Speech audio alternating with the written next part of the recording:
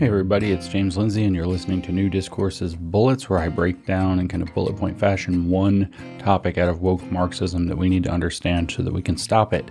And since the world has recently blown up in the Middle East and everybody in the universe is talking about this, of course, I need to get into decolonization. Now, just to tell you, there's already a long podcast on the New Discourses podcast platform that covers this issue. It's not super long. It's a little over an hour, where I talk about the violence of decolonization. That's the title of the podcast. And in that, I read from Frantz Fanon's 1961 book called The Wretched of the Earth, and a little bit from the preface to that book written by Jean-Paul Sartre, the French Marxist philosopher who traveled with his mistress, girlfriend, Simone de Beauvoir, who wrote The Second Sex and started the trail to queer theory. And they went together to visit China when Mao took over very early on in Mao's leadership. So friends of Mao, Maoists in general, this beside the point. What I want to do in this episode is hone in on a piece of that preface. In fact, part of that preface that I read in the other podcast, so that we can make better sense of what's going on with this thing with the Middle East. Now, my goal isn't to talk about what's happening in the Middle East. What people have noticed, rightly freaking them out, and it's one of the biggest red pill factories that's happened in a while, many of the current things tend to be that way, is that professors and other academics and leftists and activists all over the place are celebrating the horrific violence. They're celebrating acts of brutality and by the Hamas forces, and they are saying things like, "Did you think that decolonization was just on paper? That it was just essays?" In fact, they're saying that it's intrinsically violent, and they are right. That's why some long time ago, a year ago, I recorded The Violence of Decolonization to introduce this. But I want to read a couple of the giveaway paragraphs in Sartre's foreword. Now, there are arguments as to whether or not Sartre accurately presented Fanon's argument.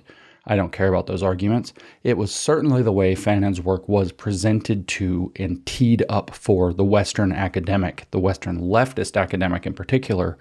And Sartre's argument can be boiled down to the idea that the people doing decolonization, can and should be as violent as necessary. And in fact, Europe should just lay down and die. The so-called strange death of Europe, as we've heard of it referred to, as Douglas Murray wrote about, is in fact following the roadmap laid out by Jean-Paul Sartre in this foreword to Frantz Fanon's The Wretched of the Earth. Okay, so I'm just going to read to you a couple of paragraphs because I want you to understand that the way that Sartre characterized Fanon's work in The Wretched of the Earth, particularly the first chapter, which is called Concerning Violence, is that the colonized person goes through a ritual process called decolonization through the murder of his enemy. And so by ritualistically murdering the colonizer, the native is able to not just reclaim his humanity, but recreate himself and go through a process of ritual rebirth. Now, I don't think I have to really stress the fact that murdering somebody and making somebody else your blood sacrifice to transform yourself into a full human, as Marxists might interpret that, is a satanic act. But it is a satanic act. So let's just see what Sartre had to say, and I'll add some color as we go. He says, and this is on page 21 of the 1963 edition of The Wretched of the Earth, in the preface, he says, "There is one duty to be done, one end to achieve, to thrust out colonialism by every means in their power."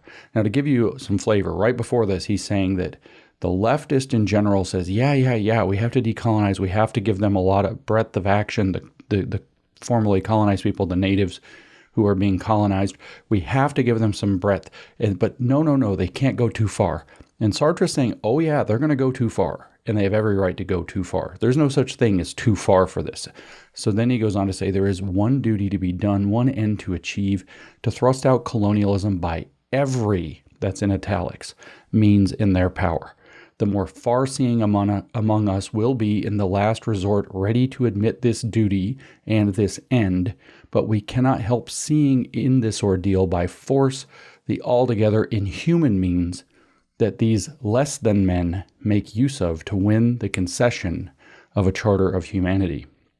So he refers to the settlers, probably tongue-in-cheek, or sorry, not settlers, the settled, the natives, probably tongue-in-cheek, as less than men. And he says that we in the West will be horrified by the inhuman means that they're going to use, but all they're trying to get is the concession of a charter of humanity. He goes on, he says, accord it to them at once then, and let them endeavor by peaceful undertakings to deserve it. Our worthiest souls contain racial prejudice. So here Sartre says, by the way, Europe, you're all a bunch of racists, so give in. Give them what they want, and let them endeavor by peaceful undertakings to deserve having been given what they want. After he explains that they are going to use every possible means, as much violence as necessary, to take back their property, their land, or whatever it is, under the colonial situation. Now, this next paragraph is more important, and it actually contradicts it. He's speaking to the Europeans, and he says they would do well to read Fanon, for he shows clearly that this irrepressible violence is neither sound into fury, nor the resurrection of savage instincts, nor even the effect of resentment. It is man recreating himself. So there you go. It is a ritual in man recreating himself. It is a rebirth ritual man is putting himself through. Just like Marx said, through bloody revolution, societies will remake themselves. Here we have the exact same philosophy. This is satanic. This is a Gnostic ritual in the blood of your enemies, is what this is. He goes on and says, I think we understood this truth at one time, but we have forgotten it, that no gentleness can efface the marks of violence. Only violence itself can destroy them. So only by violence can the violence of colonialism be answered. So decolonization is going to be intrinsically violent. But he just said in the previous paragraph, no, just give it away, and maybe they will use peaceful means to earn what we gave them. Right? And then he says, no, there's only one option. It's violence. So he's telling you to lay down and try to propitiate people who are going to be violent against you anyway. And we see the strange death of Europe written out before us. He says the native cures himself of colonial neurosis by thrusting out the settler through force of arms. And here we come back to another blood ritual statement.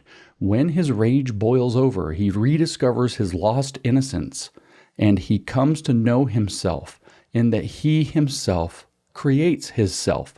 Right there you have the sin of Genesis 3 put into when you boil over with rage and commit ritual murder of your enemy, you eat from the fruit of the tree of knowledge. It says you regain your innocence, so you get to go back into the garden.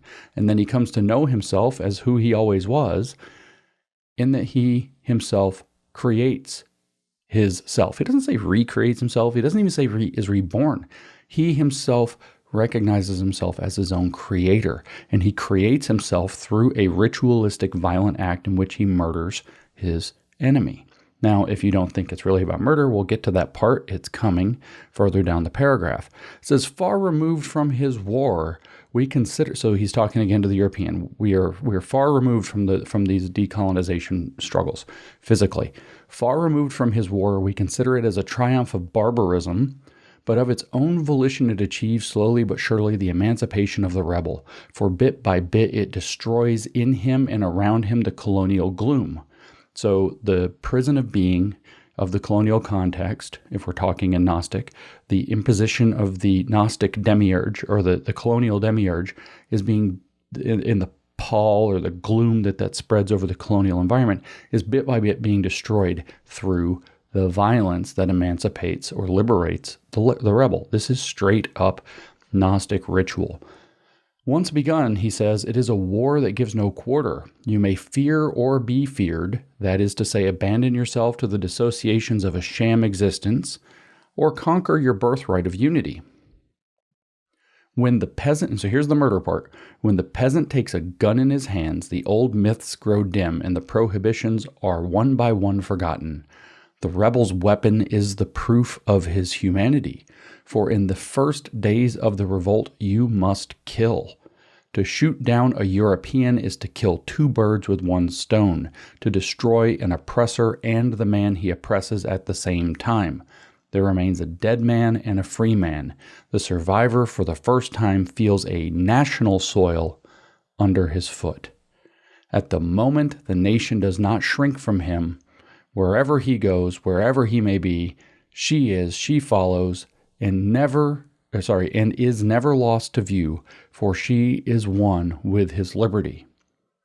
But after the first surprise, the colonial army strikes, and then all must unite or be slaughtered.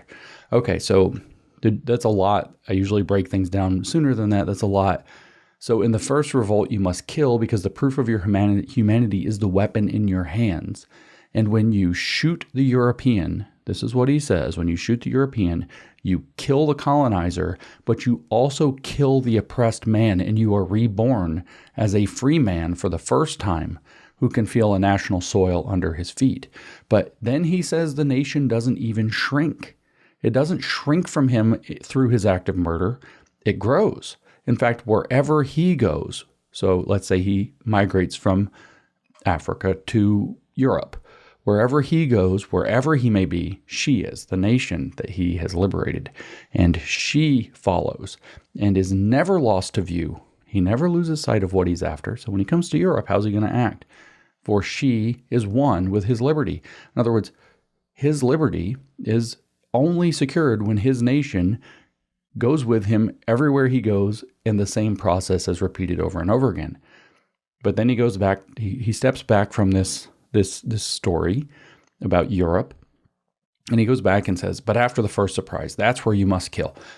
Then you're going to see a retaliation. So this, when we come, just to get to the specifics, not talking about the academics who are literally quoting Fanon on this point in this morass that we see today, we come to the point of Israel's retaliation against Hamas. What we see immediately is, but after the first surprise, the colonial army strikes. That's how Israel is being framed. And then all must unite or be slaughtered. That's how you're going to see the reaction across all of the people.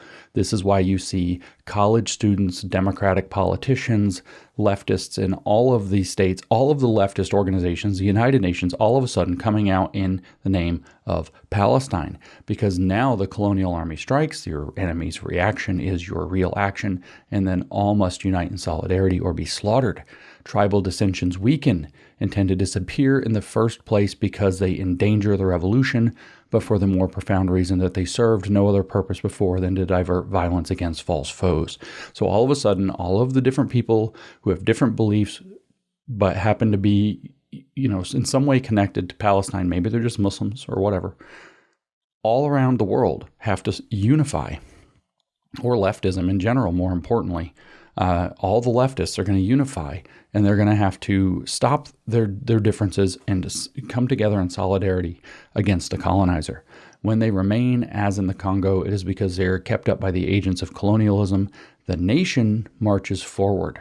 For each of her children, she is to be found wherever his brothers are fighting. So if the people have come to the United States or to Canada or different parts of Europe or Australia, we see these demonstrations everywhere. The nation marches forward for each of her children. She is to be found wherever his brothers are fighting.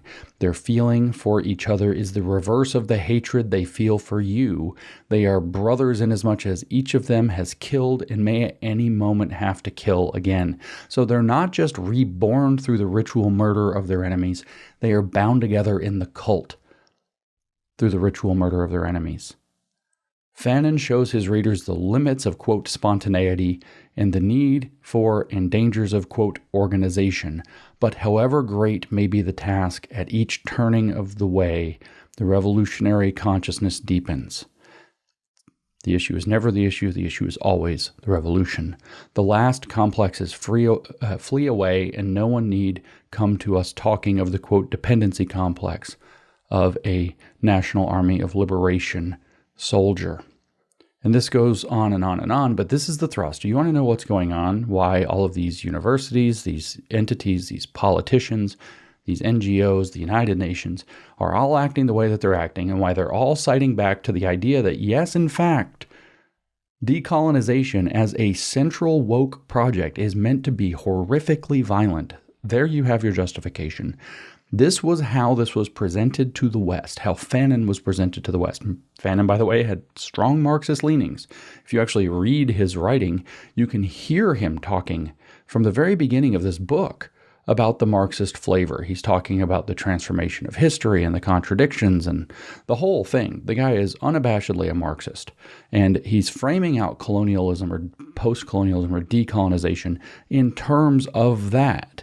Here it is even in the first chapter. He says a couple of paragraphs into the first chapter of The Wretched of the Earth, decolonization, which sets out to change the order of the world, is obviously a program of complete disorder, but it cannot come as a result of magical practices, nor of a natural shock, nor of a friendly understanding. Decolonization, as we know, is a historical process. That is to say that it cannot be understood, it cannot become intelligible nor clear to itself except in the exact measure that we can discern the movements which gave it historical form and content. That's Marxism. Decolonization is the meeting of two forces opposed to each other by their very nature, so it's the collision of dialectical opposites. That's Marxism, which in fact owe their originality to that sort of substantification which results from and is nourished by the situation in the colonies. And we can go on, but this guy is a Marxist. Sartre was a Marxist. Yes, of course, they were evolving to a new kind of Marxism in the middle part of the 20th century. But this is what we're dealing with, and that's why you see complete Marxist solidarity with the Democratic Party, the United Nations. What are these people telling us? With all of the universities and their students, with all of these leftist NGOs and leftist organizations, this is why you're seeing what you're seeing, and you're seeing the people who have the know-how going online and talking about how decolonization is meant to be violent. Of course it's meant to be violent. And did you think it was just supposed to be essays and arguments on paper? And then in the same breath citing who? Frantz Fanon as their inspiration. You see Fanon listed on the course listings of courses at universities like Harvard. Chris Rufo's reporting dug that up almost immediately. And this is not a surprise. Leftism is a cult religion. This is just one faction of what we consider Marxism in the West today. The Maoists in all of our cities are using this tool exactly the way you would think. And so what you're seeing around you is whether there are legitimate non-Marxist things that are happening in the Middle East on one side or both, whether Palestine's a Marxist creation or not, or that doesn't matter. Maoists in our cities throughout the West, following in the footsteps of Sartre, who was a Maoist, and Fanon, who was writing these ideas down, are justifying this violence. And we see these cells all over the Western world. But what you're seeing is yet another attack of the Western cultural revolution, using this as the wedge issue, using this as the so-called current thing to drive the dialectical process and to do a Maoist mass line. Everything that you're seeing here can be understood very simply as woke is an evil cult religion and its decolonization project within the post-colonial aspect, which bleeds into the others. You'll hear it in critical race theory a lot, and sometimes even in queer theory about the colonial project of normalcy or white supremacy. What this project is inherently a project rooted in violence and the justification of violence for the purpose of revolution. That's why we have to be aware of what's really happening and the context in which it's happening, and we have to understand the woke Marxist aspects of what's going on with this so that we can slow down, step back, and hopefully red pill a lot of people that all is not as it seems, and great evil and great risk to our communities is a real and present danger following this roadmap, which you can read and see just how bloody and violent and horrifying it is. So I encourage you to understand this issue more deeply. I encourage you to, as much as you might have connections to or feelings about what's happening literally in the Middle East, to realize that it's being used as yet another wedge issue to split our Western nations, to allow the abuse and the indoctrination and brainwashing of our children, to get us fighting with each other so we're not toppling the regime that wants to conquer and split our nations apart. And try to keep that focused, because that's precisely what we see. And the historical academic record explains why, and we know what the kids have been brainwashed into who are following along with it.